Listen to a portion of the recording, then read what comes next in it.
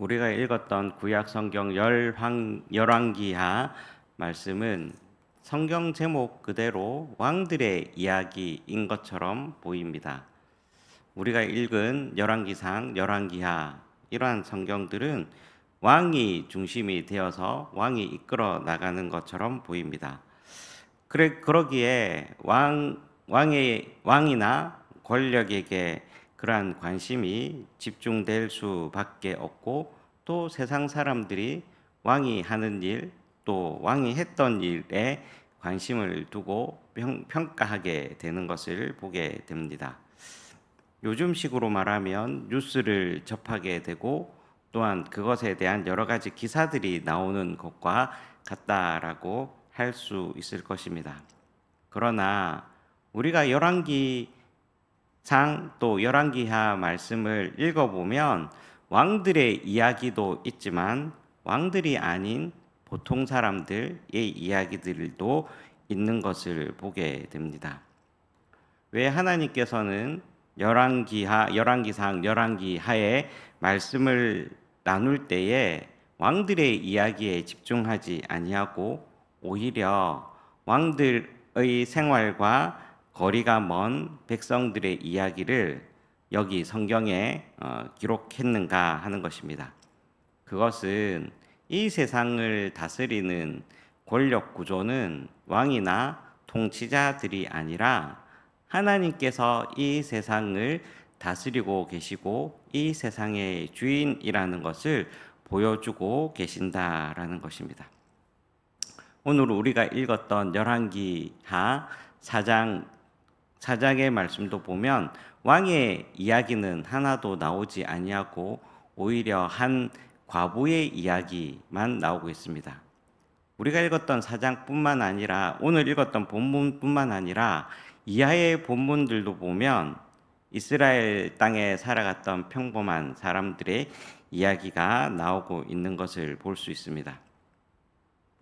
하나님께서 이렇게 보통 사람들의 이야기, 또 소외받는 사람들의 이야기를 하시고 있는 것은 바로 하나님께서 왕이시며 진정한 왕이시며 또 진정한 통치자라는 것을 잘 보여주고 있습니다.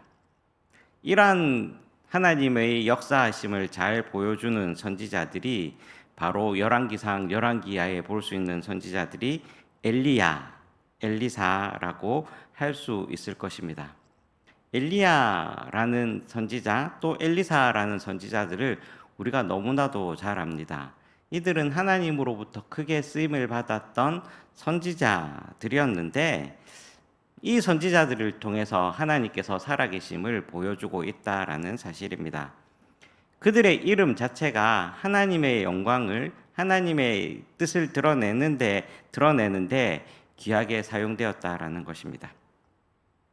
엘리야라는 이름의 뜻은 나의 하나님이 여호와이시다, 나의 하나님이 야훼이시다라는 뜻이고, 엘리사라는 선지자의 이름의 뜻은 나의 하나님이 구원하신다, 나의 하나님이 구원자이시다라는 뜻이다라는 것입니다. 오늘 본문을 통해서 하나님께서 우리들에게 무엇을 원하시는지, 또 하나님께서 우리들에게 보여주시고자 하는 것이 무엇인지 같이 생각해보고 또 깨닫는 그러한 귀한 시간이 되시기를 축복합니다. 오늘 본문에 보면 어떤 이유에서인지 모르지만 일찍 세상을 떠난 선지자 생도의 아내가 엘리사를 찾아옵니다.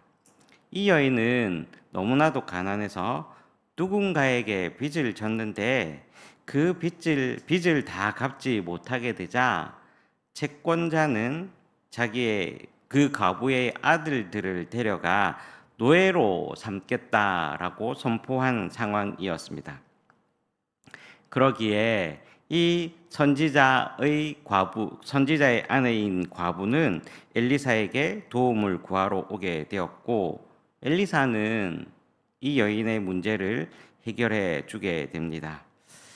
이 여인의 문제가 해결되는 모습 속에서 우리는 우리의 삶 속에 개입하셔서 삶의 어려움을 해결해 주시는 하나님을 발견하게 됩니다.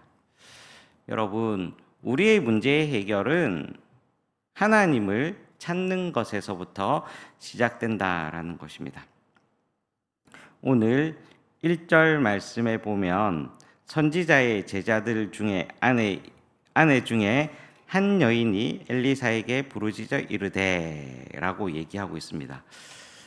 이 여인은 과부로서 도울 사람이 없게 되자 엘리사에게 찾아온 것이었습니다.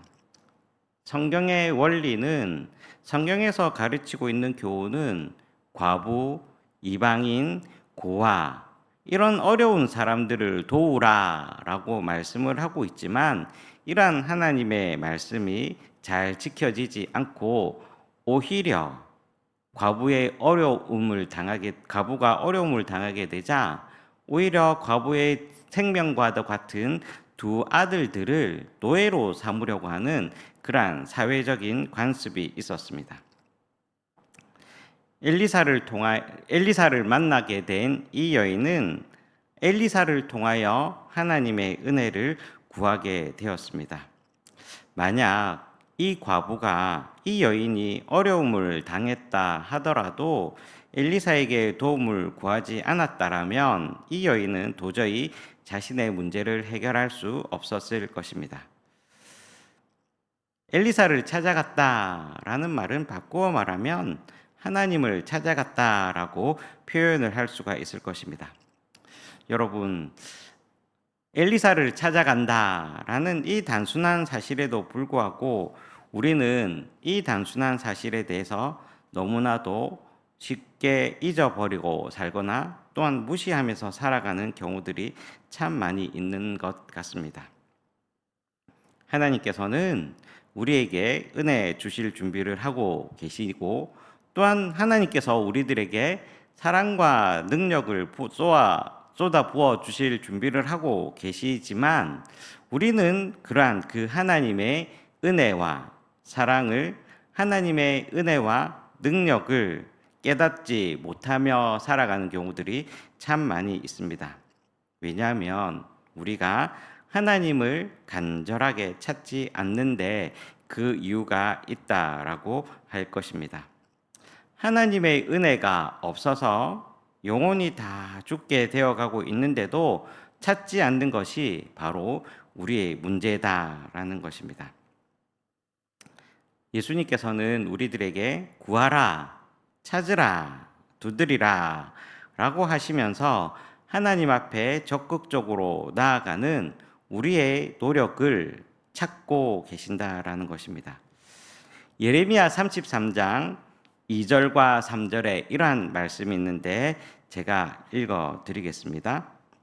이를 행하시는 여호와, 그것을 만들며 성취하시는 여호와, 그의 이름을 여호와라 하는 이가 이와 같이 이르시도다. 너는 내게 부르짖으라. 내가 내게 응답하겠고 내가 알지 못하는 크고 은밀한 일을 내게 보이리라. 아멘. 하나님께서는 우리들에게 부르짖으라 라고 말씀하시면서 내가 그것을 성취해 주겠다, 내가 그것을 이루어 주겠다, 그리고 전능하시다, 크고 알지 못하는 일을 너를 통해서 이루어 주게 할 것이다 라고 하나님께서는 선포하고 있습니다. 오늘 이 시간 우리는 기도하기 위하여 모였습니다. 우리 개인의 문제, 또 가정의 문제, 또 우리 교회를 위하여 기도하기 위하여 모였습니다. 이 시간 우리는 하나님께 간절히 구하기 위해서 모였는데, 오늘 이 시간 기도할 때에 하나님께 간절히 구하고 또 우리의 모든 소원들을 하나님께 아뢰는 그러한 귀한 시간이 되시기를 바랍니다. 두 번째로는 하나님께서 은혜를 주시는데, 은혜를 받기 위하여 우리가 해야 될 것은 준비한 믿음의 양만큼 은혜를 누리게 된다라는 것입니다. 여인의 어려움을 들은 엘리사는 가서 그릇을 최대한 많이 빌리라라고 말씀을 하고 있습니다. 그리고 그 빌려온 그릇에 기름을 부으라라고 얘기합니다. 그러자 그 빌려온 그릇이 차기까지 기름이 그치지 않았습니다. 여인은, 이 과부는 자신이 빌려온 만큼의 그릇만큼의 은혜를 입었습니다. 아마 여인이 그릇을 더 많이 준비했더라면 이 여인은 더 많은 은혜를 입었을 것입니다.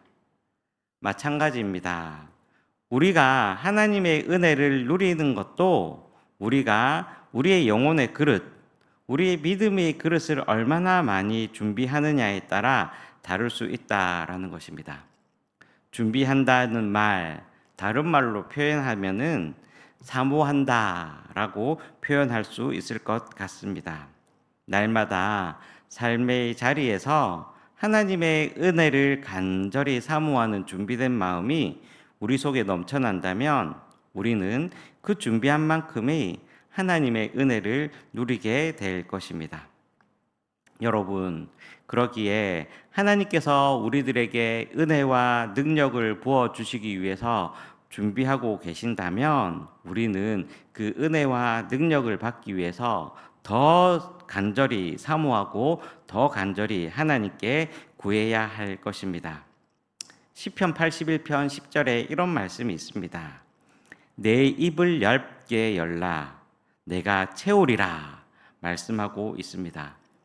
하나님께서는 한 번도 부족함 없이 차고 넘치도록 우리들에게 채워 주실 줄로 믿습니다. 우리의 모든 문제의 해결이 하나님께 있음을 고백하고 그리고 그 믿음의 그릇을 잘 준비하며 살아갈 때 하나님께서 그 그릇을 넘치도록 채우시는 은혜를 우리는 경험하게 될 것입니다. 무엇보다도 다른 이들보다 더 하나님의 은혜를 간절히 사모하시기를 주님의 이름으로 축복합니다. 뿐만 아니라 우리가 준비한 믿음의 그릇은 우리의 삶을 풍성하게 해줄 줄로 믿습니다. 엘리사는 여인을 향해 하나님의 은혜로 얻은 기름을 팔아서 빚을 갚고 남은 것으로 아들과 생활하라라고 얘기를 하고 있습니다. 이 여인이 얼마나 많은 빚을 졌는지는 모르지만 그 빚을 다 갚고도 그 어려운 시기에 넉넉히 생활할 수 있을 만큼 하나님께서는 이 여인의 문제를 해결해 주셨습니다. 즉, 하나님께서는 이 과부가 당한 현실의 문제를 해결해 주실 뿐만 아니라 앞으로 살아갈 수 있는 삶의 힘을, 삶의 원동력을 마련해 주셨습니다. 우리가 준비한 믿음의 그릇은 우리의 삶을 풍성하게 채워주는 삶의 원동력이 될 것입니다. 세상의 물질이나 명예, 또한 조건이 우리의 삶을 만족하게 해줄 수는 없습니다. 우리 속에 믿음의 그릇을 준비하고 그 믿음의 그릇 속에 하나님의 은혜를 가득 담아서 살아갈 때에 우리는 진정한 삶의 풍성함을 경험하게 될 것입니다. 그러기에 예수님께서는 요한복음 10장 10절에서 내가 온 것은 양으로 생명을 얻게 하고 더 풍성히 얻게 하려 함이다 라고 말씀하셨습니다. 여러분, 하나님께서 우리를 부르신 이유는 우리로 인하여 생명의 은혜를 누리게 할 뿐만 아니라 더 풍성한 삶을 허락해 주시기 위해서 불러주신 줄로 믿습니다. 우리가 믿음의 그릇을 준비할 때에 우리가 믿음의 그릇을 더 사모하게 될 때에 우리의 삶은 하나님께서 주시는 은혜로 풍성하게 살아가게 될 것입니다. 성도 여러분, 오늘도 우리는 하나님께 기도하고 간구하기 위하여 이 자리에 모였습니다. 우리의 모든 문제들을 주님 앞에 내려놓고 주님 앞에 우리의 믿음의 그릇들을 잘 준비하시는 그러한 귀한 은혜의 시간들이 되시기를 주님의 이름으로 축복합니다. 하나님의 은혜를 많이 사모하고 많이 간구하고 많이 기도함으로 말미암아 하나님께서 주시는 은혜와 사랑, 능력을 늘 삶 가운데서 풍성하게 채워가시는 우리 모든 은성교회 성도님들이 되시기를 주님의 이름으로 축복합니다. 같이 기도하겠습니다.